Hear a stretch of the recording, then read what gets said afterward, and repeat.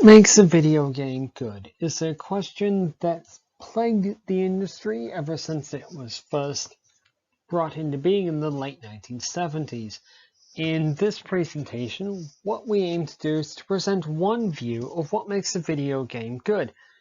These views, this opinion, is been garnered over many years of engaging with video games and even authoring a few video games, observing video game reviews, and playing what games they consider to be good, what games they consider to be bad.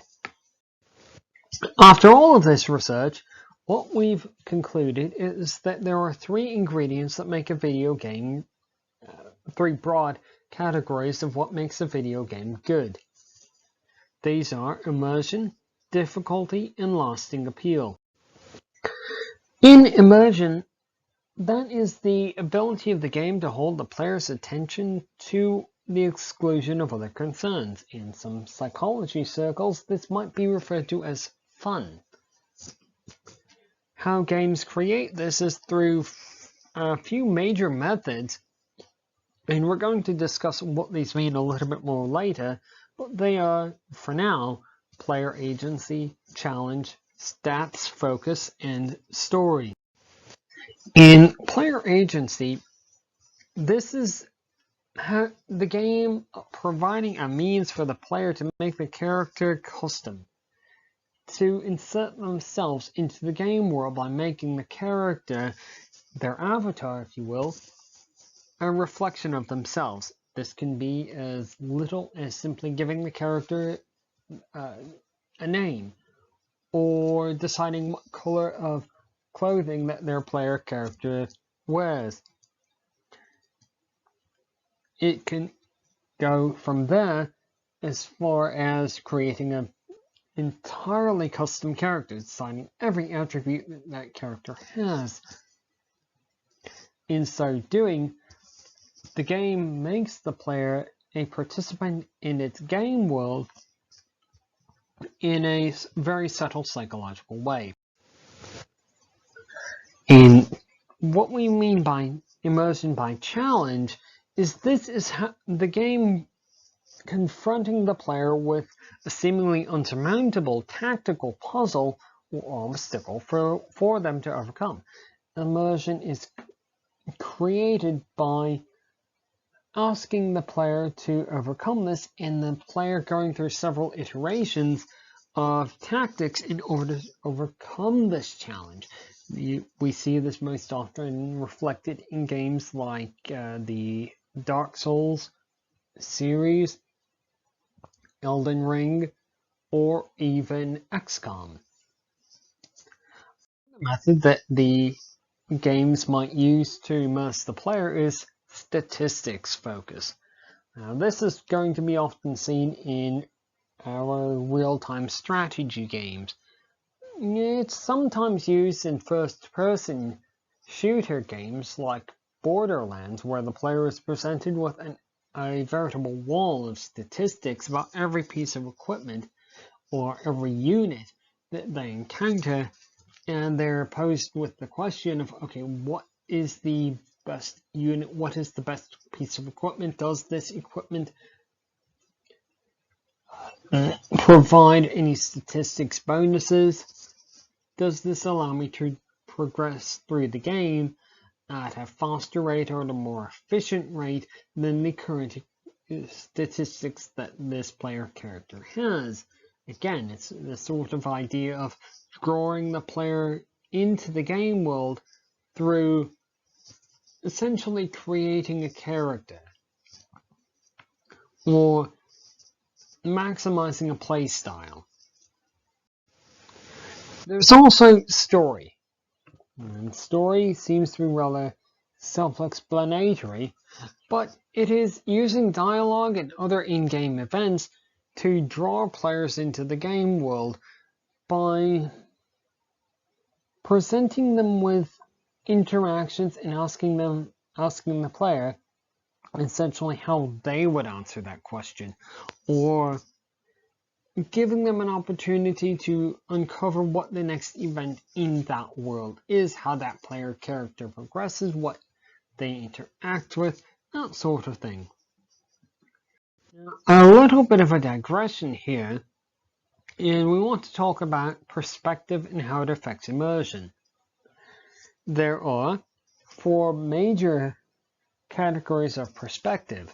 They are first person, third person, isometric, and what we're calling side scrolling.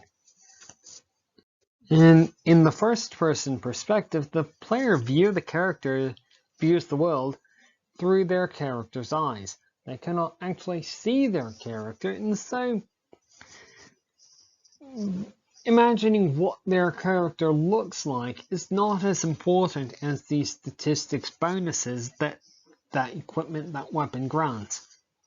However, it is very important that the game world be of a type that the player can relate to, but not necessarily completely understand. Because in this way, the player must depend on the developer to provide them information about how the game world works, and in so doing, they immerse the player into that world, because the player has to ask the developer, how does this work? How does gravity work? What is the color of the sky? How does health work? How do the beings, the animals, the flora and the fauna that inhabit this world work? As we might have come to the conclusion, statistics focus becomes very important in these sorts of first-person games, because everything about the world becomes a game of, okay, what statistic, what benefits does the character or what does the player gain from using one specific piece of kit over another. Story can be important in these sorts of first-person perspective games, as we might often see as players in games like Mass Effect, where the player is allowed to interact with the world and they are sort of challenged to interact with the world in a way that they as individuals would. And in so doing, over time, interacting with characters repeatedly, they become immersed in the world and what that character's story is. Now, there's also third-person perspective. In third-person perspective, the player is able to see what their character looks like, and in so doing, or for that reason, designing that character to suit the player's whims becomes far more important, as that allows the player to sort of imagine themselves in this world in a more realistic way. It allows them to in another way to take ownership of that character, which we call player agency. Statistics focus is also important in this sort of perspective, because the equipment used by the character, be it armor, clothing, weapons, provide stats bonuses to that character. Story can be important, but it is not the primary importance. Regardless of some games that do successfully employ this, those games again referring to things like Mass Effect or Spec Ops: The Line, do provide a very cohesive story for the player to get immersed in. Immersion by challenge is important in these games because of that third-person perspective. It allows the player to analyze their situation in a very tactical, very methodical way.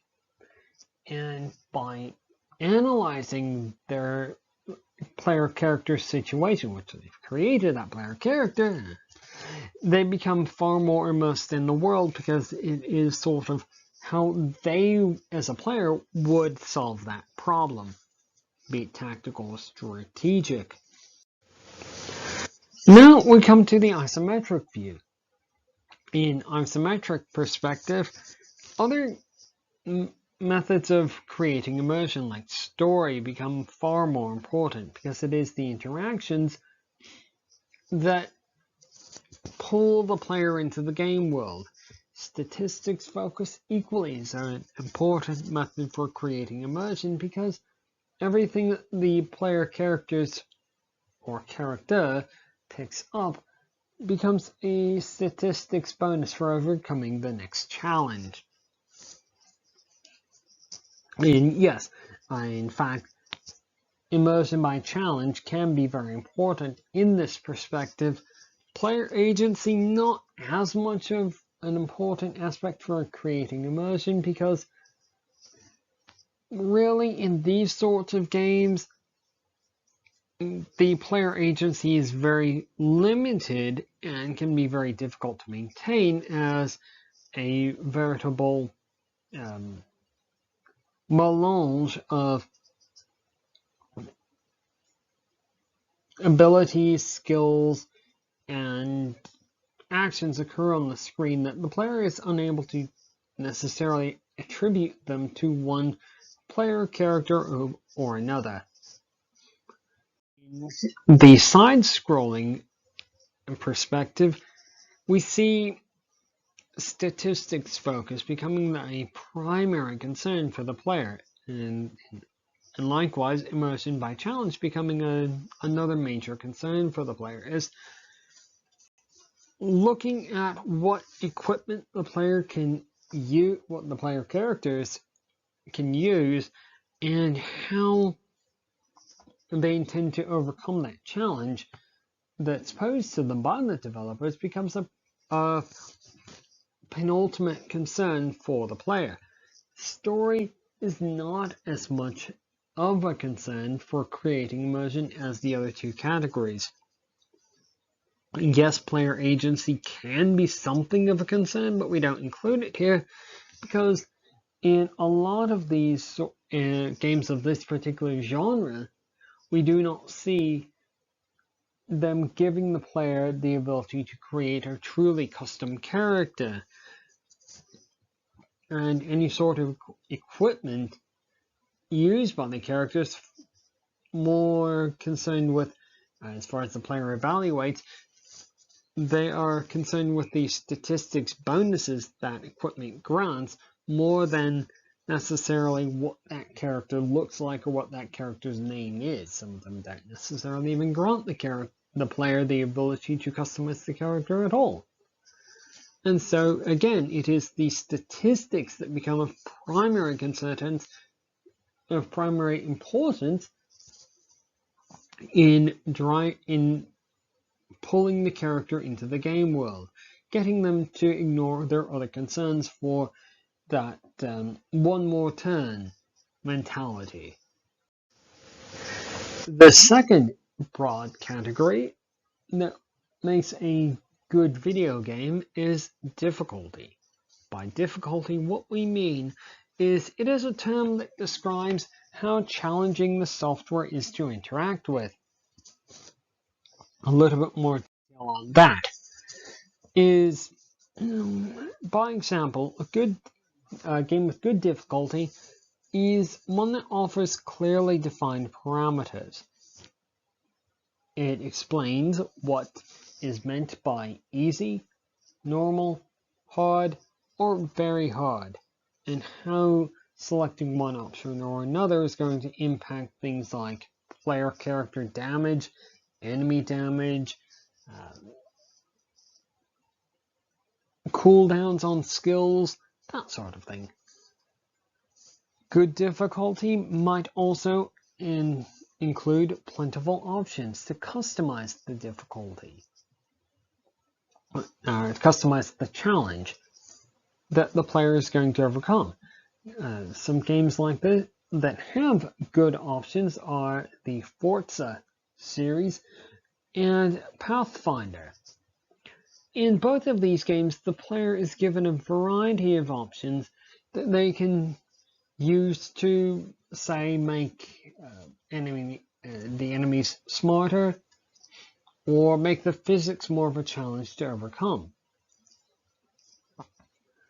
An example Well, another thing that makes for good difficulty is uncomplicated controls. There are very few players that really have the mental capacity or the memory to remember a slew of up to 40 different control inputs to execute different options within the game world.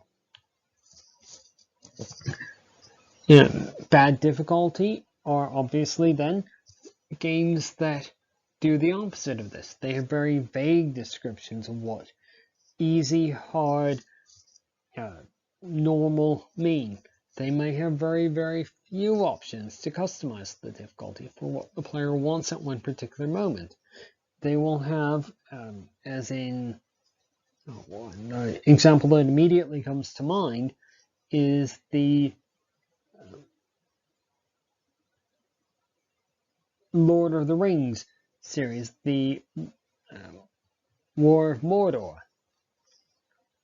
or War for Mordor series. These have very complicated control setups that the player is forced to remember a variety of controls for doing everything almost as picking up a stone, throwing that same stone, or drawing their sword. They must remember a complicated control input to do this, and very few players have the ability to remember that. And this makes for bad difficulty. The third option, or the third ingredient of what makes for a very good game, is lasting appeal. What we mean by this is how long the game is able to hold the player's interest and what methods it uses to do so. And to be more specific, does the game need to be played in a specific style to retain interest? Which obviously is not necessarily a very good game if it's something that, in order to keep the interest of the player and to become a good game, the player must play it for no more than 5 or 10 minutes at a time. Does the developer provide support to the game long term? A game that is going to be played for a very long time is going to have that sort of staying appeal. It's going to have new content available for players to engage with it once they've maybe completed the story, or they're granted the option to modify the game, to add new player-created content, to make the game more interesting, to keep them playing that game over a very long period. And then, perhaps most importantly, is the player interested in playing the game to story end? Is this a game that the player is really interested in completing? Or is this a game that the player just picks up for about 5-10 minutes, plays, maybe plays for a week, plays for a couple of days, and then decides, oh well, I'm bored now, on to the next game? That's not a game with very good lasting appeal. A game that is able to master all of these categories is going to then be a good game. Thank you very much for your attention through all of this long and very rambling video. I must apologize for that. But we do hope that this gains some perspective on what makes games good. And it's these categories that are going to be used as we move forward on this channel in adding game reviews and other entertainment reviews. Thank you, and enjoy yourselves.